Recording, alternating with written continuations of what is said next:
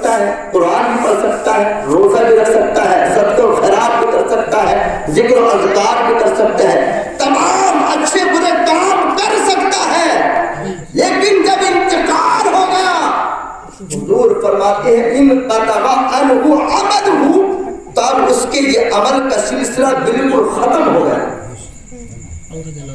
اب یہ تمام راستے بند ہو گئے، کوئی راستہ باقی نہیں بچا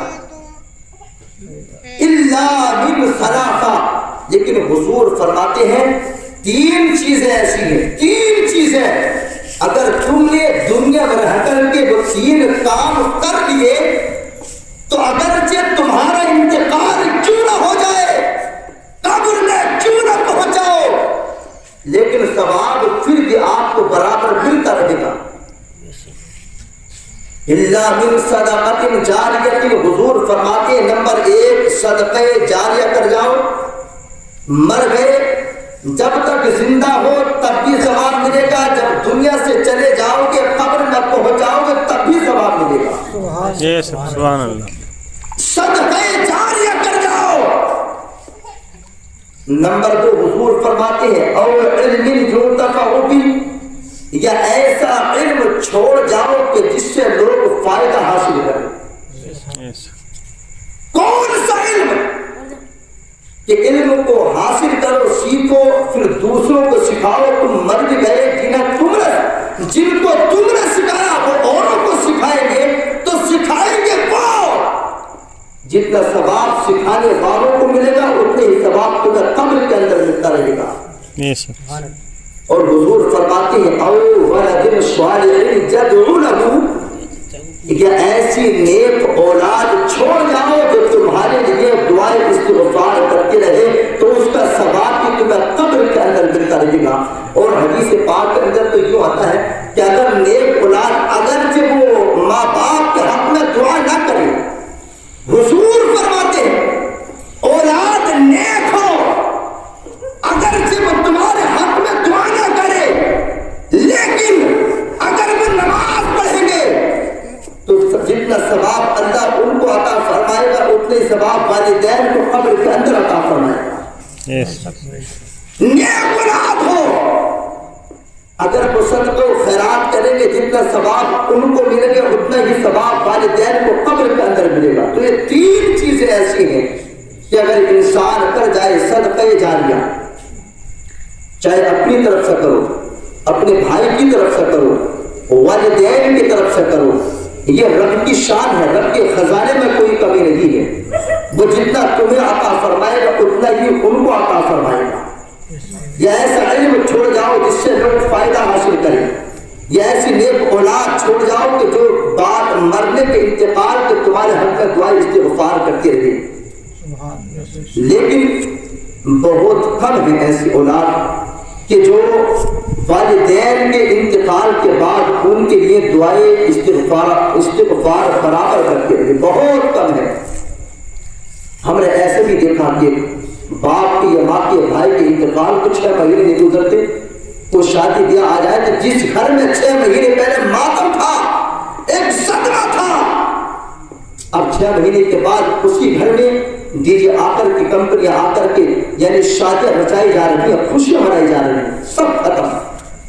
تو ایسا بھی دیکھا ہے کہ اس لیے یاد رکھو کہ اگر تم ان کی جگہ تمہیں موت آ جاتی تو پھر تم کیا کرتے؟ اگر ان کی جگہ تمہیں موت آ جائے تو کیا کرو گے؟ اور جانتے ہو قبر میں پہنچنے کے بعد دعاؤں کی کتنی ضرورت پڑتی ہے۔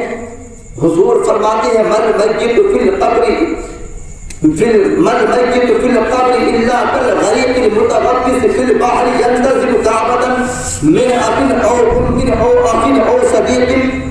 حضور فرماتے ہیں کہ جس کو تم قبر میں اتار کر کے آئے ہو، جس کو تم قبر میں دفنا کر کے آئے ہو، اس کی قبر کے اندر حالت ایسی ہوتی ہے کہ جیسی ایک دریا میں ڈوبنے والے کی ہوتی ہے۔ جو انسان دریا میں ڈوب رہا ہو، جس انسان کو موت دکھائی دے رہی ہو، بچنے کا کوئی راستہ نہ ہو، کوئی صورت کرتا ہو پھر وہ تم سے گہار لگاتا بھائی مجھے بچا لے، باپ مجھے بچا لے، ماں مجھے بچا لے، دوست مجھے بچا لے، وہ یہی گہار لگاتا ہے۔ تم بھی کوشش کرتے ہو کہ اللہ کسی بھی صورت میرے بھائی کو، باپ کو، ماں کو، دوست کو شفا عطا فرما دے، آرام عطا فرما دے، سکون عطا فرما دے۔ تو حضور فرماتے حالت ایسی ہوتی ہے کہ جیسی ایک دریا میں ڈوبنے والے کی ہوتی ہے، ینتظر دعوتاً، اب اس حالت میں وہ صرف دعاؤں کا انتظار کرتا ہے، دعاؤں کا انتظار کرتا ہے۔ کس کی دعا کا انتظار کرتا ہے؟ حضور فرماتے ہیں من ابن، کہ اگر وہ باپ کو چھوڑ کر کے آیا تو باپ کی دعا کا انتظار کرتا ہے، اور امین، یا پھر ماں کی دعا کا انتظار کرتا ہے، اور اخن، یا پھر بھائی کی دعا کا انتظار کرتا ہے، اور اختن، یا پھر بہن کی دعا کا انتظار کرتا ہے، اور صدیقن، یا پھر دوست کی دعا کا انتظار کرتا ہے۔ اب تو قبر میں ہر گھڑی، ہر آن، ہر لمحہ، ہر سیکنڈ صرف اس انتظار میں بیٹھا ہے کہ میرا بھائی دعا کرنے والا ہوگا، میری ماں دعا کرنے والی ہوگی، میرا دوست دعا کرنے والا ہوگا، میرا باپ دعا کرنے والا ہوگا، میرے گھر والے میرے لیے صدقہ و خیرات کرنے والے ہوں گے۔ ہر آن، ہر لمحہ، ہر سیکنڈ وہ اس انتظار میں وہاں پہ، اس انتظار میں بیٹھا ہے، انتظار کر رہا ہے۔ لیکن بھائی بھی غافل ہو چکا، ماں بھی غافل ہو چکی، بہن بھی غافل ہو چکی، باپ بھی غافل ہو چکا، اللہ اکبر، دوست بھی غافل ہو چکا ہے۔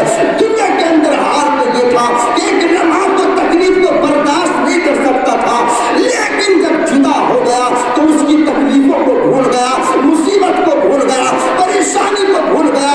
لیکن یاد رکھنا، حضور فرماتے ہیں فَإِذَا لَهِقَتْهُ كَانَتْ أَحَبَّ إِلَيْهِ مِنَ الدُّنْيَا وَمَا فِيهَا۔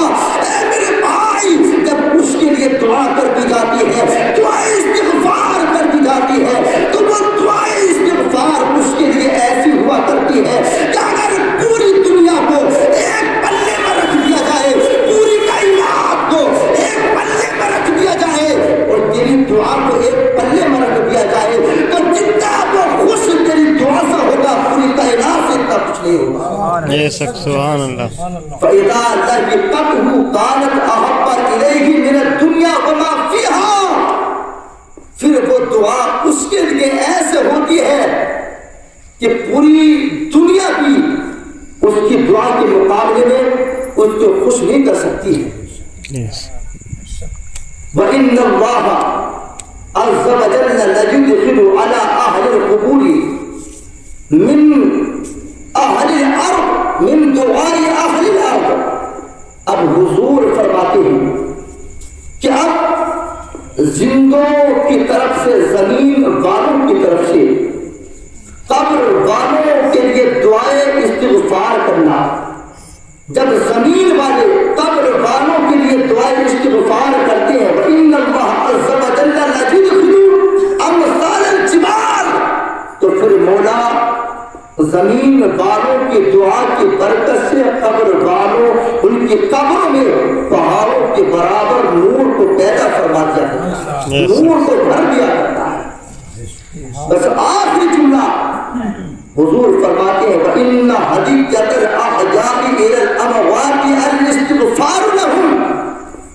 ہم اور آپ خوشی کے موقع پر گھروں پر بچوں کی پیدائش ہو، دوست و احباب کے اندر بہنوئیوں کو، بہنوں کو، پھوپھیوں کو، دوستوں کو کبھی مٹھائی تقسیم کرتے ہیں، گاؤں کے اندر مٹھائی تقسیم کرتے ہیں، تحفے بھیجتے ہیں، کپڑے بنا کر کے دیتے ہیں۔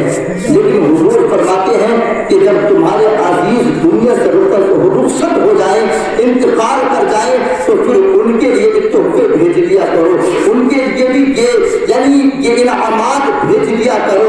تو کون سے انعامات ہیں؟ حضور فرماتے ہیں وَإِنَّ هَدِيَّةَ الْأَحْيَاءِ إِلَى الْأَمْوَاتِ الْإِسْتِغْفَارُ لَهُمْ، کہ جب زندے مردوں کے لیے دعائے استغفار کرتے ہیں تو یہ دعائے استغفار ان کے لیے ایسے ہوا کرتے ہیں کہ جیسے تحفے ہوا کرتے ہیں۔ تو اس لیے ان کو نماز پڑھ کر کے کبھی قرآن کی تلاوت کر کے، ذکر و اذکار کر کے، کلمہ پڑھ کے، درود پڑھ کے روزانہ دعا کرو. جب جب تمہیں موقع ملے باوضو ہو کر کے ذکر و اذکار کر کے ان کے لیے دعا کر کے ان کے لیے تحفے بھیج دیا کرو. وہ تمہارے مال سے، دولت سے، کپڑوں سے اتنے خوش نہیں ہوتے جتنے خوش وہ دعا سے ہوا کرتے ہیں. دعا ہے رب کریم کی بارگاہ میں کہ اللہ رب العزت ہم سبوں کو عمل کی توفیق عطا فرمائے. السلام علیکم ورحمۃ اللہ.